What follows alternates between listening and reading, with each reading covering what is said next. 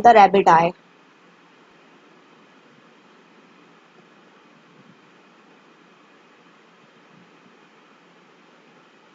तो सबसे पहले बात करेंगे कि आई में जो सिंपैथेटिक और पैरासिम्पैथेटिक नर्व सप्लाई है वो कहाँ हो रही है।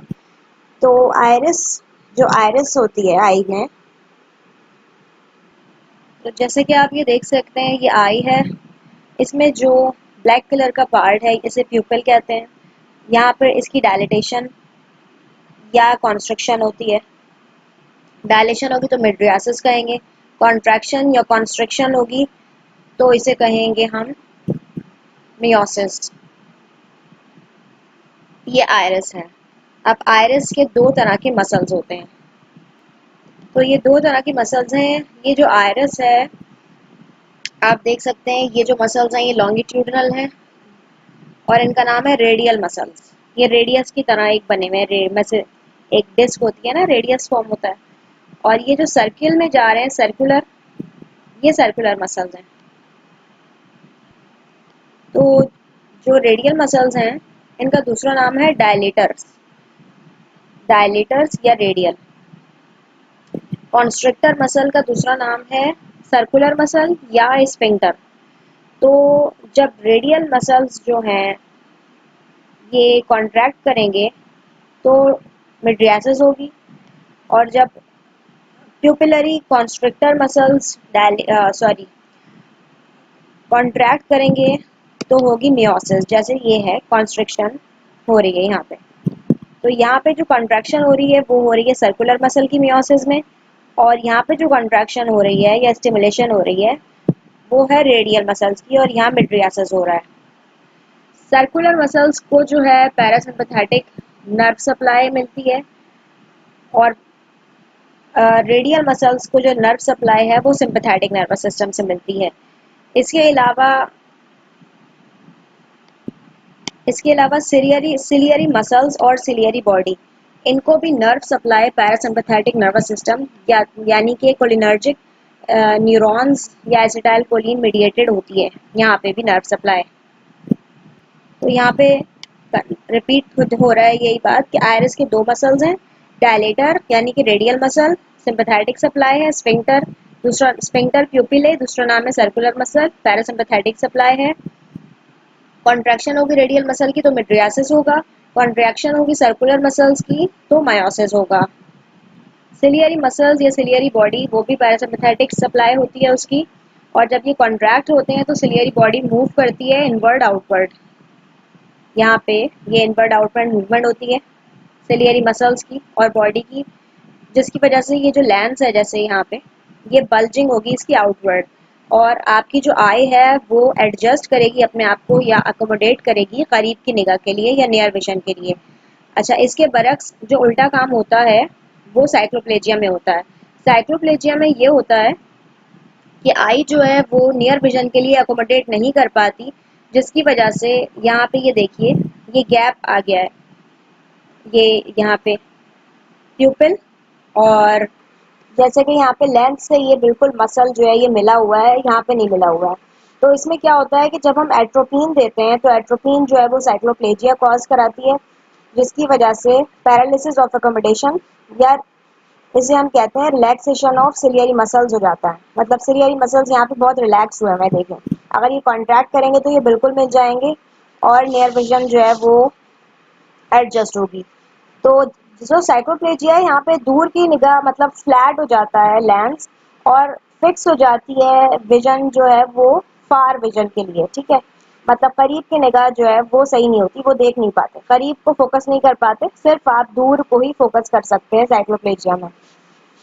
और इसमें जो है इन्वॉल्व क्या है, एट्रोपिन। एट्रोपिन एंटीकोलिनर्जिक ड्रग है, तो ऑब्वियसली पैरासिम्पैथेटिक नर्व सप्लाई होगा सिलियरी बॉडी और मसल्स में, और कोलिनर्जिक नर्व सप्लाई जो है वो आपको पता है कि प्यूपिल में भी है, स्पिंक्टर्स पे।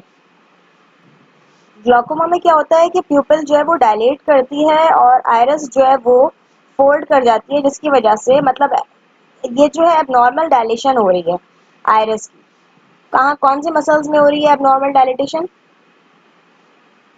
किसी भी मसल में हो सकती है, सर्कुलर है या रेडियल है, जिसकी वजह से जो है ओपन हो जाती है कैनाल ऑफ श्लेमन, और कैनाल ऑफ श्लेमन जो है यहाँ से ड्रेन होता है एक्वस ह्यूमर। एक्वस ह्यूमर जब बढ़ जाएगा तो इंट्राक्यूलर प्रेशर भी इंक्रीज होगा। तो हम इसमें क्या मेडिसिन दे सकते हैं क्लिनिकली, हम इसमें इफेक्टिव जो होती है वो पिलोकार्पिन है। पिलोकार्पिन जो है वो कोलिनर्जिक, ये पैरासिम्पैथेटिक नर्वस सिस्टम पे एक्शन होता है, ड्रग है। ये क्या करेगी, कॉन्ट्रैक्शन करा देगी प्यूपिल की, और इसका एक्शन होगा सर्कुलर मसल्स के थ्रू, जैसे यहाँ पे हो रहा है।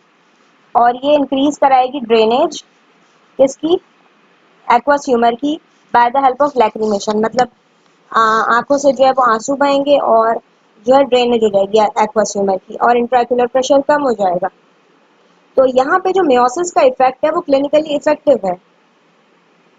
यहाँ पे भी आप देख लीजिए, नॉर्मल विजन के अंदर यहाँ पे एक्वस ह्यूमर ड्रेन नहीं कर रहा है, यहाँ पे ज़्यादा ड्रेनेज हो रही है एक्वस ह्यूमर की इधर, जिसकी वजह से ये प्रेशर डेवलप हो रहा है और ऑप्टिक नर्व डैमेज हो सकती है। यूजेस कौन कौन से हो सकते हैं टॉपिकली अप्लाइड ड्रग्स के, ये जो है, अगर हम कंजक्टाइवा जो होती है उसकी कंजस्शन कम हो जाती है, कम हो सकती है। प्यूपिल का size by the help of circular और रेडियल मसल की मूवमेंट से कम हो सकता है। और जो कॉर्निया है उसकी सेंसिटिविटी, वो सेंसिटिव हम उसमें चेक कर सकते हैं। और इंट्राऑक्यूलर प्रेशर को भी कम कर सकती हैं टॉपिकली अप्लाइड ड्रग्स। अच्छा, टॉपिकल ड्रग्स कौन सी होती हैं, मतलब आई ड्रॉप्स हो गए और ऑप्थेल्मिक ऑइंटमेंट हो गए। अच्छा, हम एक्सपेरिमेंट में जो है सिर्फ प्यूपिल साइज, लाइट रिफ्लेक्स और कॉर्नियल रिफ्लेक्स को ही स्टडी करेंगे। अच्छा, प्यूपिल साइज हम देख सकते हैं किसी भी स्केल से ट्रांसपेरेंट, जबकि लाइट रिफ्लेक्स जो है हम टॉर्च से देख सकते हैं। जब टॉर्च हम डालेंगे तो मियोसिस होगा, कॉन्स्ट्रिक्शन होगी प्यूपिल की, जिससे हम पॉजिटिव रिफ्लेक्स बोलेंगे, पॉजिटिव लाइट रिफ्लेक्स। अच्छा, कॉर्नियल रिफ्लेक्स जो है वो हम सेंसिटिविटी चेक करते हैं कॉर्निया की। तो कॉटन या फिर कोई भी टिश्यू पेपर, उससे हम साइड में आई के लगा के देखते हैं, और अगर आई ब्लिंक करेगी तो ये पॉजिटिव रिस्पॉन्स है।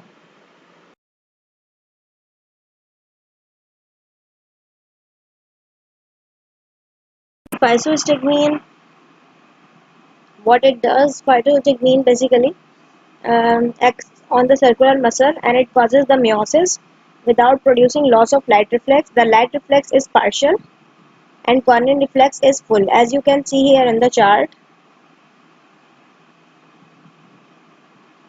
Physostigmine light reflex is partial, which is showing by 1 plus sign, और कॉर्नियल रिफ्लेक्स जो है यहाँ पे कंप्लीट है, जिस तरह कंट्रोल है और ये ट्रीटेड है।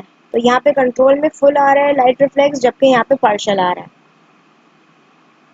अच्छा, एफेड्रीन और फिनाइलेफ्रीन जो है ये रेडियल मसल को स्टिमुलेट करते हैं और मिड्रियासिस कराते हैं। फिनाइलेफ्रीन सिंपैथोमाइमेटिक ड्रग है, और ये जो है लाइट रिफ्लेक्स और कॉर्नियल रिफ्लेक्स को कोई असर नहीं होता, मतलब दोनों प्रेजेंट होते हैं। जैसे कि आप यहाँ पे देख लीजिए, एक मैं दिखाऊंगी सिर्फ फिनाइलेफ्रीन, इसका टोटल जैसे कंट्रोल में होता है वैसे ही ट्रीटेड में होता है इफेक्ट। एट्रोपिन जो है वो एंटी मस्करेनिक है, साइक्लोप्लेजिया और मिड्रियासिस कराती है, इसका एक्शन सर्कुलर मसल्स पे होता है, और लाइट रिफ्लेक्स इसमें एब्सेंट होता है। कॉर्नियल रिफ्लेक्स पे कोई इफेक्ट नहीं होता, मतलब प्रेजेंट होता है। जैसे आप यहाँ पे देख सकते हैं, एट्रोपिन जो है यहाँ पे लाइट रिफ्लेक्स ट्रीटेड में एब्सेंट है और कॉर्नियल रिफ्लेक्स में प्रेजेंट है, बिफोर और आफ्टर दोनों में। पिलोकार्पिन जो है वो पैरासिम्पैथोमाइमेटिक ड्रग है और सर्कुलर मसल पे इसका एक्शन होता है, मायोसिस कराती है। अच्छा, कॉर्नियल रिफ्लेक्स इसमें प्रेजेंट होता है, लेकिन राइट रिफ्लेक्स पार्शियली प्रेजेंट होता है। यहाँ पे देख लीजिए, पिलोकार्पिन बिफोर जो है वो फुल है, इसमें लाइट रिफ्लेक्स, आफ्टर में पार्शियल है। कॉर्नियल रिफ्लेक्स बिफोर आफ्टर में कोई चेंज नहीं है, दोनों में प्रेजेंट है।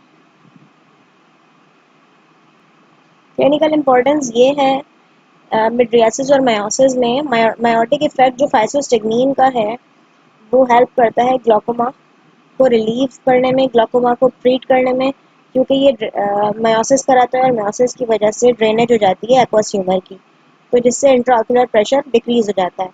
अच्छा, फिनाइलेफ्रीन एक शॉर्ट एक्टिंग मिड्रियाट्रिक एजेंट है जो हेल्प करता है फंडोस्कोपी। फंडोस्कोपी एग्जामिनेशन होता है आई का, जिसमें रेटिना के बैक साइड पे हम एग्जामिन करते हैं आई को, और इसमें ऑप्टिक नर्व भी देखते हैं। तो इसमें हम टॉपिकल एंटीकोलिनर्जिक नहीं देते, एग्जामिन करते वक्त ये इंजेक्टेबल देते हैं फिनाइलेफ्रीन। सिम्पैथोमाइमेटिक ड्रग देते हैं। अच्छा, जो टॉपिकल इफेक्ट, मतलब ज़ैलोकेन जो है वो एक लोकल एनेस्थेटिक एजेंट है, लाइडोकेन, और वो सरफेस एनेस्थीसिया कराती है और हम इसे यूज़ करते हैं लोकल सर्जरी में, जैसे foreign body removal, symptomatic relief of cornea and irritation, इसमें हेल्प करता है। अच्छा, ये याद रख लीजिएगा, ज़ैलोकेन या लाइडोकेन हम एनेस्थेटिक एजेंट है, तब जब भी हम आई में डालेंगे तो कॉर्नियल रिफ्लेक्स एब्सेंट हो जाता है। अच्छा, एट्रोपिन जो है वो फंडोस्कोपी के बाद दी जाती है, क्योंकि उसके बाद आयरस की इन्फ्लेमेशन हो जाती है, जिसे आयराइटिस कहते हैं। तो ये आयरस को रेस्ट करने के लिए हम इंस्टिल करते हैं। एट्रोपिन जो है वो ड्रॉप्स की फॉर्म में अवेलेबल होती है। It is topical form. Topical means drops और ऑप्थेल्मिक ऑइंटमेंट।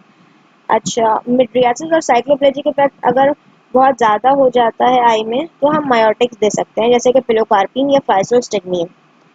फिनाइलेफ्रीन एक शॉर्ट एक्टिंग मिड्रियाटिक एजेंट है, लेकिन ये साइक्लोप्लेजिया नहीं कॉज करती, जैसे कि एट्रोपिन कॉज करती है। तो ये हम एल्डरली पॉपुलेशन में बहुत ज़्यादा प्रेफर करते हैं। So this was all about mydriatic and miotic.